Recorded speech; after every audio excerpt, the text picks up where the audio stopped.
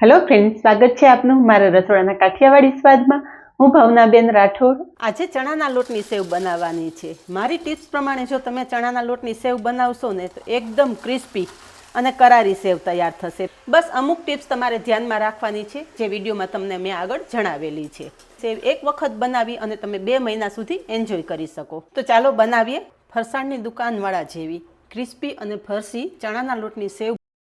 અહીંયા મેં 2 કપ ચણાનો લોટ લીધો છે. વજનમાં જોઈએ તો 250 ગ્રામ છે.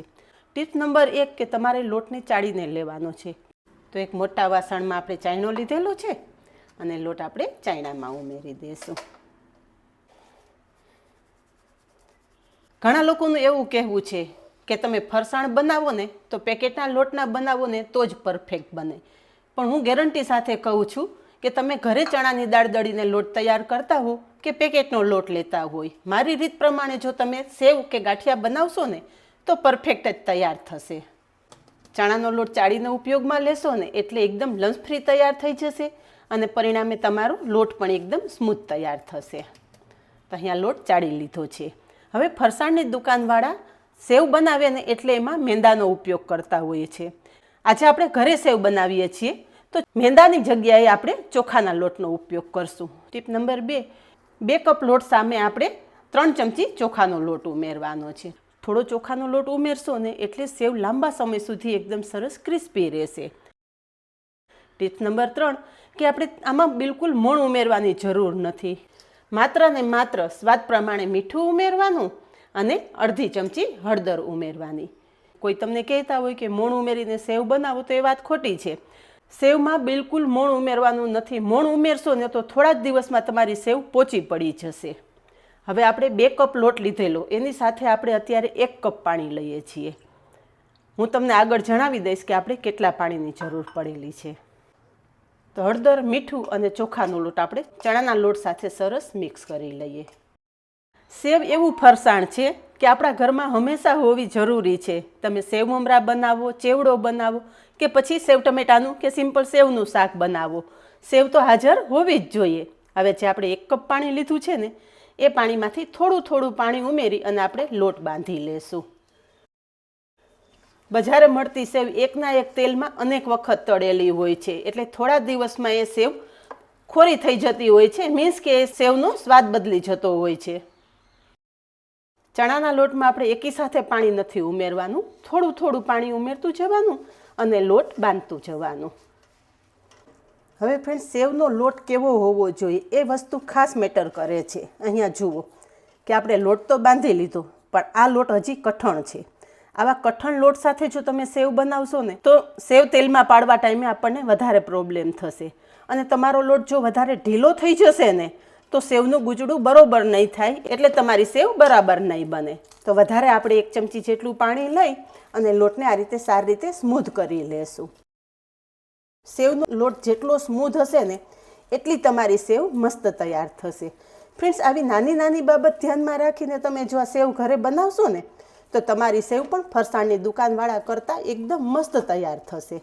અહીંયા તમે જુઓ કે આપણે લોટ એકદમ સરસ કૂણવી અને તૈયાર કરી લીધો છે અને આ રીતે મીડિયમ સોફ્ટ છે, વધારે કઠણ નથી રાખેલો. અને થોડો લોટ આ રીતે આંગળીથી કૂણવી લેશો ને એટલે લોટ સરસ લાઇટ થઈ જશે. લોટ બાંધવામાં આપણે 1 કપ પાણી લીધેલું, 1/4 કપ જેટલું પાણી વધેલું છે. મીન્સ કે આપણે પોણા કપ જેટલા પાણીની જરૂર પડેલી છે. પાણીનું પ્રમાણ ફ્રેન્ડ્સ તમારા ચણાના લોટ ઉપર પણ ડિપેન્ડ કરે છે. પાણી કરતાં લોટની કન્સિસ્ટન્સી મહત્ત્વની છે. અહીંયા તમે જુઓ કે આ રીતે આપણે સ્મૂધ લોટ તૈયાર કરેલો છે. વધારે કઠણ પણ નથી અને ઢીલો પણ નથી. તમે હાથેથી આ રીતે પાડો તો તમે જુઓ કે આ રીતે પડે છે. હાથમાં ચોટેલો લોટ આ રીતે કોઈ તવીથો કે ચમચીથી આપણે અલગ કરી લેવાનો. હવે સેવ પાડવા માટે મારી પાસે અહીંયા 2 ટાઈપના મશીન છે. એક સ્ટીલનો છે અને એક પિત્તળનો છે. તો તમે ઈચ્છો તો આ રીતે સ્ટીલના મશીનમાં પાડી શકો છો. આ રીતે પ્રેસ કરો ને એટલે સેવ પડશે. અને બીજો છે પિત્તળનો મશીન. ફ્રેન્ડ્સ, મને આ પિત્તળનો મશીન વધારે પસંદ છે એટલે હું અત્યારે પિત્તળના મશીનમાં જ સેવ પાડીશ. એ સેવની જાળી આ રીતે ઝીણા કાણાની હોય છે. એ જાળી આપણે મશીનમાં ફિટ કરી દઈશું અને થોડું તેલથી ગ્રીસ કરી લેશું.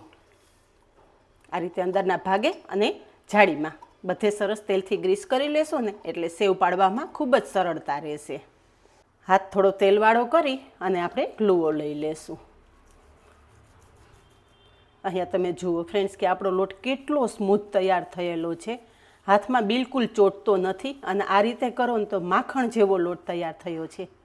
આવો પરફેક્ટ લોટ બંધાયેલો હશે ને તો સેવ એકદમ મસ્ત તૈયાર થશે. તો ફ્રેન્ડ્સ, આપણી કાઠિયાવાડી સ્વાદ ચેનલમાં હું તમને આવી બધી નાની નાની ટિપ્સ સાથે વિડીયો શેર કરતી હોઉં છું. તો જો ફ્રેન્ડ્સ તમને મારા વિડીયો પસંદ આવતા હોય ને તો તમારા ફ્રેન્ડ્સ અને ફેમિલી ગ્રુપમાં શેર કરવાનું બિલકુલ નહીં ભૂલતા. અને આવા જ અવનવા વિડીયો જોવા માટે ચેનલને સબસ્ક્રાઈબ જરૂર કરી લેજો. અને હા, પાસે રહેલું બેલ પણ પ્રેસ કરજો જેથી આવનારા બધા જ વિડીયોની નોટિફિકેશન સૌથી પહેલાં તમને મળે. ટિપ્સ નંબર 4 કે લોટ તમે આ રીતે મશીનમાં ભરી લ્યો ને પછી ડાયરેક્ટ જ આપણે મશીનને આ રીતે પેક નથી કરવાનું.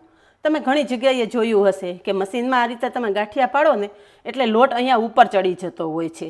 એ લોટ ઉપર ના ચડે એના માટે શું કરવાનું, મશીનમાં લોટ ભરી લીધા પછી મશીનમાં આપણે 5 થી 6 જાળી આવે છે, તો કોઈ પણ એક્સ્ટ્રા જાળી હોય ને એ આ રીતે ઉપર રાખી દેવાની. આ રીતે જાળી ઉપર રાખી દેશો ને એટલે મશીનમાં ઉપર લોટ ક્યારેય નહીં આવે અને બધા જ લોટની પરફેક્ટ સેવ તૈયાર થશે. બસ હવે આપણે મશીન પેક કરી દઈશું. મશીન પેક કરવામાં ખાસ ધ્યાન રાખવાનું, એકદમ સરસ આટા ફિટ થઈ જાય ને એ રીતે મશીન પેક કરવાનું છે. મશીનમાં તમે બરોબર આટા પેક નહીં કરેલા હોય ને તો તમારા મશીનના આટા ભયડાઈ જશે, મીન્સ કે ઉપરથી તમારું ઢાંકણ ખરાબ થઈ જશે અને તમારું આ મશીન ફેલ થઈ જશે. હવે સેવ બનાવી લઈએ. સેવ બનાવવા માટે તેલ ગરમ મૂકી દીધું છે. ટીપ નંબર 5, સેવ બનાવવામાં તેલનું ટેમ્પરેચર ખાસ મહત્વનું છે. તેલ જો તમારું વધારે ગરમ થઈ ગયું હશે તો સેવ તેલમાં પડતા લાલ થઈ જશે. એટલે અહીંયા લોટનો ટુકડો એક લીધો, આ રીતે ગાંઠિયાની જેમ લાંબો કરી લીધો છે. તેલમાં ઉમેરશું. અહીંયા તમે જુઓ લોટનો ટુકડો તેલમાં પડતા તરત જ ઉપર નથી આવતો. આટલું જ ટેમ્પરેચર હોવું જોઈએ. ફાસ્ટ ફ્લેમે ક્યારેય પણ સેવ નહીં બનાવવાની. એક વખત તેલ એકદમ સરસ ગરમ થઈ જાય ને એટલે ગેસની ફ્લેમ મીડિયમ કરી દેવાની અને બસ હવે સેવ બનાવી લેવાની.